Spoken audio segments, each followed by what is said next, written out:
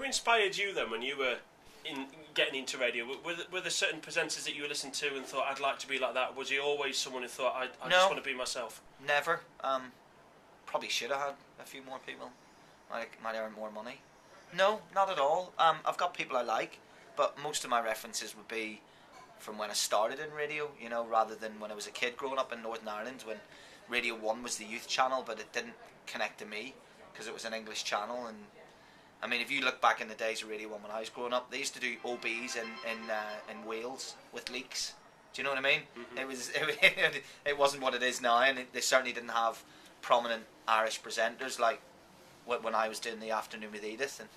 And so the heroes probably got from working with him, the way John Peel put his stuff together. He was in our office, and sort of his attitude, which I tried to take in when I ended up doing his slot a long time later.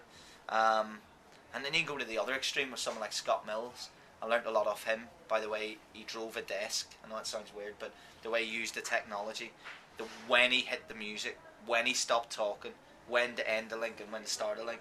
He also taught me how you can pre-rec something and have live in the middle of the pre-rec. You know, you can just balance it out. I still do that to this day. I mean, I pre-rec sometimes the first two lines of Match of the Day in one camera and pick it up live in another. So, you know, you learn from all different places professionally. First rule of radio as well is to have your phone on silent, isn't it? Look, I've already criticised you for not recording, but you've left your phone on as well. Like I might want to show you something, right? I only know it's going to be on radio. Silent. From the minute it's on silent from the minute it came in. Mine is now.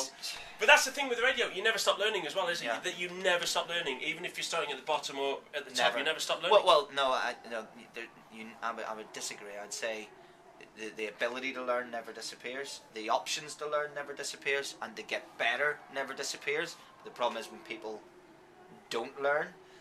I mean, my Friday night, I fret about my Friday night because it's a preview show on 5 Live from 7 to 10 on a Friday night when you should be out drinking, you should be out doing something else. But we're trying to create something different on a Friday that's not very like 5 Live Sport. No shirt and ties. Friday night, we had Doctor Who on talking about, of course Doctor Who doesn't exist, the Doctor on talking about Blackburn. He goes to see Blackburn play. His dad used to take him as a kid.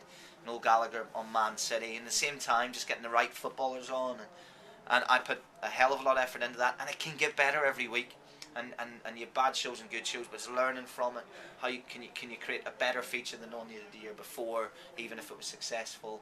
The ability to learn is always there. I don't think that many people take it, but we've kind of covered about, you know, what you think people should do if they want to work in radio, but if you just had to summarise and someone emailed you or asked you the question like I'm going to ask you now, your one main piece of advice for someone who wishes to work in radio, what would it be? Don't take Coke.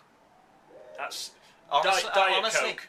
No, don't take Coke. Honestly, not that. The other stuff, the white stuff. If you're working in TV and radio and youth, don't get carried away with what it is. Don't get carried away thinking that you're all that when you're only a radio presenter. Work hard at what you do. Keep a distance between you and the bands. Be professional, be journalistic, and be well researched. But on top of that, stay clear of any bad things that can come with the life. Especially if you're music radio and bands openly that were Big Jeremiah were openly talking about taking drugs and stuff. Don't get involved with that lifestyle. Remember, you're a journalist, and there's some great journalists on air at Radio 1. Chris Moyles is a great journalist. He knows his market inside out. That's why his figures have been brilliant forever. Scott Mills is a brilliant journalist. He knows exactly who's broadcasting to.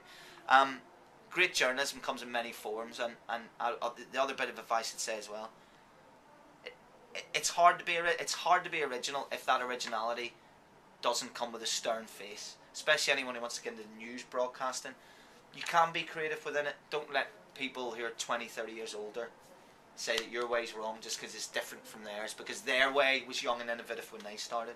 You know, don't be afraid to break boundaries. But I mean that sincerely. Stay away from the drugs and the alcoholism and all that stuff, because what you have is this unique opportunity to work your way. You know, to have a great life. Working in radio is a great life. You know, not a day I don't do it. I don't thank my lucky stars for it. You know.